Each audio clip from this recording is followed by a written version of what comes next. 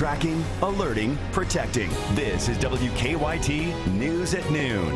A husband and wife and their 3-year-old grandchild all found dead in this trailer fire. It's debate day. Senator Mitch McConnell and Secretary of State Allison Lundergan Grimes are prepping for what will likely be the only debate for the Senate race. We're tracking showers out there across parts of Kentucky right now, but we could be tracking strong and severe thunderstorms a little bit later today. I'll have the very latest for you. WKYT News at Noon starts now. Good afternoon from WKYT News. I'm Bill Bryant. And I'm Barbara Bailey. The weekend rain has carried over to the start of the work week with more showers and thunderstorms heading towards the bluegrass. Looks like it's here to linger. A WKYT First Alert Severe Weather Day will be going into effect later today when some of those storms have the potential to be severe. WKYT meteorologist Jim Caldwell tracking the threat on our First Alert Defender. Jim? And so far today, guys, it's just been general rainfall out there with a few thunder showers thrown into the mix, nothing severe. Even right now in parts of central and eastern Kentucky, it's just general shower activity. And we'll show you that before we show you what's happening just out to our west. There you see some light rain falling across parts of Montgomery County, back toward Frenchburg as well, into Moorhead. Again, light stuff, generally speaking. And then you go down into eastern Kentucky, parts of Breathitt County, Magoffin County, all seeing the lighter rain, at least at the moment. But just coming out within the past few minutes, we have an active watch across parts of Kentucky. A tornado watch in effect now for the folks out toward Paducah. That same system will be moving toward us as we get later and later into the evening and into the nighttime period. Right here, though, what we have as far as active weather is concerned is a flash flood watch for the potential of heavy rounds of rain that will roll over some very saturated ground again and again, guys. So we have a lot of energy coming our way later on tonight. I'll track it and break it all down for you coming up in just a little bit. All right, Jim, thank you. Investigators are still trying to figure out the cause of a deadly fire in southern Kentucky. 3 people, including a 3-year-old, were found in the bedroom of a home on Sycamore Trail in Whitley City early yesterday. WKYT's Phil Pendleton is in McCreary County now with the very latest on the victims. It's our top story at noon. Phil? I'm told that a husband and wife and their 3-year-old grandchild were the victims that all died in this house fire on Sycamore Trail early yesterday morning. Now, autopsies are being performed on all 3 today at the state medical examiner's office in Frankfort. Police are saying that 52-year-old David Perkins, his wife 48-year-old Lisa, and their granddaughter 3-year-old Shanlon Crabtree likely died of smoke inhalation. The fire remains under investigation by state police, but no foul play is suspected. I'm told that all 3 were found together in the bedroom. Now, police say that it may be some time before they know an exact cause, but at this point they are leaning towards possibly something electrical in nature. Much more on this later today, but for now in McCreary County, Phil Pendleton, WKYT. Phil, thank you. McCreary Funeral Home in Whitley City will be handling funeral arrangements for the 3 victims. Students were evacuated from a southern Kentucky high school after reports of a bomb threat. Authorities notified Rockcastle County High School of a credible threat shortly after classes started this morning. According to the school's Facebook page, students were taken to the middle school where they will stay until after lunch. A bomb dog swept the building but did not find anything, and the all clear has been given. Meanwhile, an eastern Kentucky high school is on lockdown this midday for the 2nd time in a month. Administrators at Sheldon Clark High School say another bullet was found inside the school. Back on September 19th, 2 students found a bullet inside a boy's bathroom. School officials spent hours looking at surveillance video. They were eventually able to find the student responsible.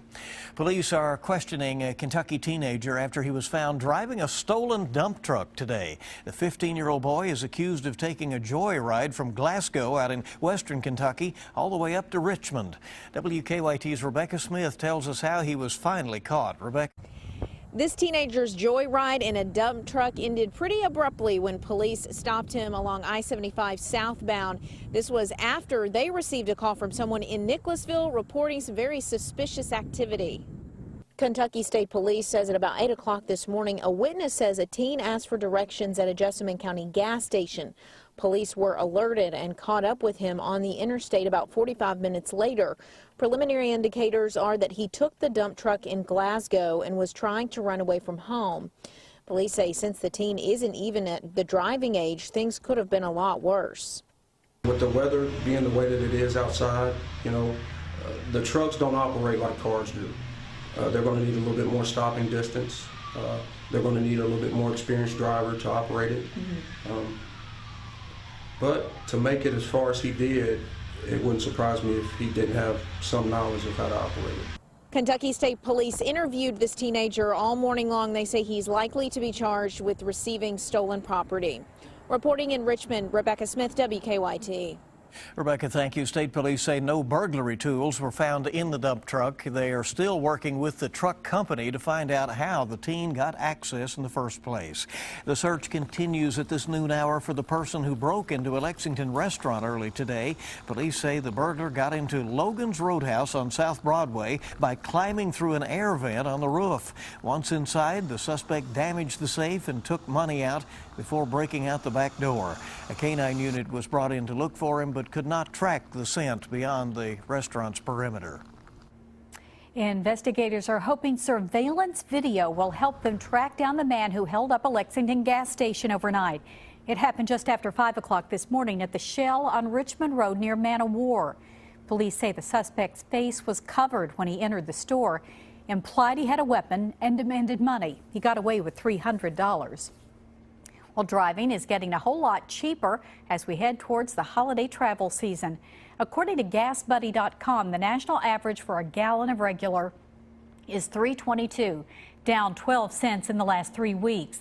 Industry analysts predict cuts of 10 cents or more a gallon in coming weeks because of falling crude oil and ethanol prices. Here in Kentucky, the average is $3.13 a gallon. The lowest prices sit at $2.79 in Elizabethtown, the highest about $3.59 in northern Kentucky, and in most of Lexington today it is also below that $3 mark. And of course we will keep watching that. Yeah. Well, the candidates in Kentucky's closely watched U.S. Senate race will face off in a televised debate tonight for the first and only time before next month's general election. A lot of eyes are on that, certainly. Republican Senator Mitch McConnell and his Democratic challenger Allison Lundergan Grimes will go head-to-head on KET this evening. WKYT Sean Moody has a preview of this highly anticipated showdown. Sean?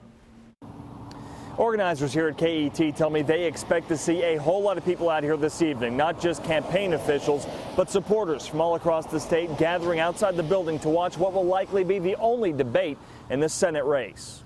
The KET debate will feature 2 of the 3 candidates for United States Senate, Senator Mitch McConnell and Secretary of State Allison Lundergan Grimes. KET did not invite Libertarian candidate David Patterson. Patterson asked a judge to force KET to include him, but the judge denied that request. He said in his ruling that KET did not exclude Patterson solely because of his political views. With just a few weeks left in the race, this will likely be the only chance to see Grimes and McConnell debate each other. Several organizations have proposed debates, but this is the only one both campaigns agreed to. My hope was that we would have many more debates throughout this process. I think that's what Kentuckians need and deserve. Unfortunately, Mitch McConnell kept running away. I feel confident we're going into the election, I think, in a very good position to win. People of this state do not like this administration. They know I'm the principal opponent to the Obama administration in Washington. And I think they want to send the president a message. There will be no audience for this debate. The only people allowed in the room are campaign officials and media. People with KET plan to put monitors in the lobby windows and bring a speaker outside so supporters can watch. And KET's Bill Goodman will moderate the debate. It'll be on at 8 o'clock during Kentucky Tonight on KET. In Lexington, Sean Moody, WKYT.